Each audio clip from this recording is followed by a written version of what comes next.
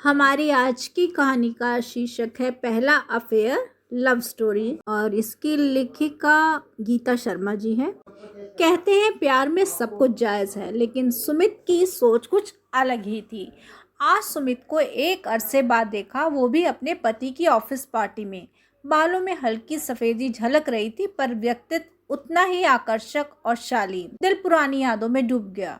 मुझे याद है एक एक लम्हा जो सुमित की बाहों में बीता था, कितना हसीन हुआ करता था तब सब कुछ। सुमित और मैं साथ ही पढ़ते थे और उसका घर हमारे घर से कुछ ही दूरी पर था। वो बस कुछ ही वक्त पहले यहाँ शिफ्ट हुआ था। कॉलेज का आखिरी साल था और सुमित ने भी मेरी ही कॉलेज में एडमिशन ले लिया था। आते जाते पहले आंखें मिली और फिर साथ पढ़ते पढ़ते दोस्ती हो गई। सुमित काफी समझदार था और मैं उसकी इसी समझदारी की कायल थी। मैंने उसे अपने दिल की बात कहने में देर नहीं लगाई और उसने भी अपनी भावनाओं का इजहार कर दिया। पढ़ाई पूरी हुई और घर में मेरी शादी की बातें भी होने लगी। एक रोज़ पापा ने ऐलान कर दिया कि लड़के वाले आ रहे हैं देखने। मैं घबरा गई और भागकर सुमित के पास गई। उसे बताया तो उसने कहा कि मैं घर वालों को बता दूं और कल वो भी आकर पापा से बात करेगा। मैंने हिम्मत जुटाकर मम्मी पापा को अपने प्यार का सच बता दिया। पापा ने भी कहा ठीक है, सुमित को आने दो, कल तभी बात करेंगे, पर फिलहाल जो लोग देखने आ रहे हैं उस पर ध्यान दो।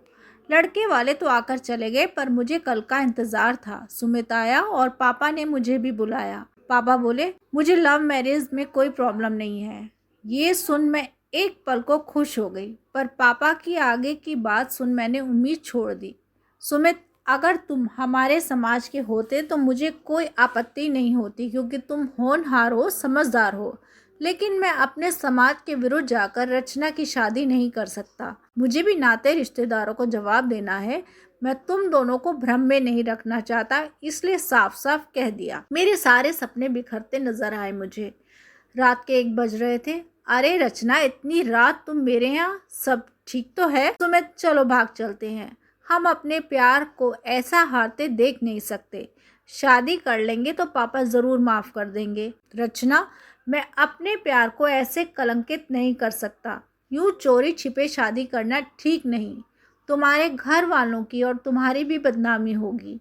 मैं तुम्हें बदनाम कैसे कर सकता हूँ? सिर्फ अपने स्वार्थ के लिए? प्यार का अर्थ पाना ही नहीं होता, बल्कि खोना भी होता है। मुझे उम्मीद है तुम हमारे प्यार की लाज रखोगी और अपनी शादी को दिल से निभाओगी, मेरी खातिर। चलो तुम्हें घर छोड़ दूं। मैं आंसुओं के सैलाब में डूब गई और चुपचाप शादी भी कर ली।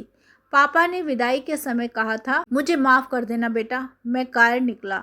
मेरे पति अरुण काफ़ी अच्छे और नेक दिल थे, लेकिन सुमित की कमी हमेशा ही खली। अरे रचना, इनसे मिलो, ये सुमित हैं। कुछ दिन पहले इनका यहाँ ट्रांसफ़र हुआ है। मेरे पति ने सुमित से मिलवाया और मैं बीते वक्त से वर्तमान में लौट आई। मौका पाते ही मैंने सुमित से उसका नंबर ले लिया। हिम्मत जुटाकर फ़ोन लगाया, हाल चाल पूछा, पत्नी परिवार के बारे में पूछा।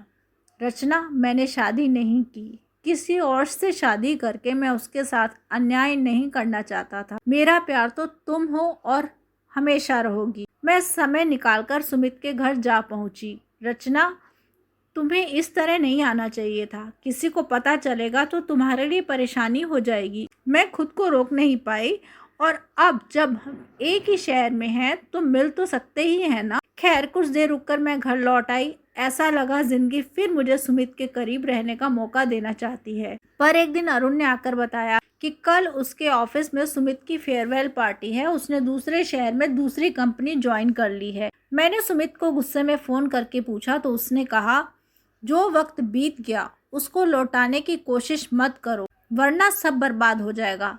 तुम्हारा घर, परिवार, शादी। मैं पहले की ही तरह अपने परिवार को कलंकित नहीं कर सकता। मैंने अपने प्यार को हर पल जिया, तुमको हमेशा अपने करीब महसूस किया। मेरे लिए तो यही काफ़ी है। मैंने तुमको खोकर अपने प्यार को मुकम्मल किया।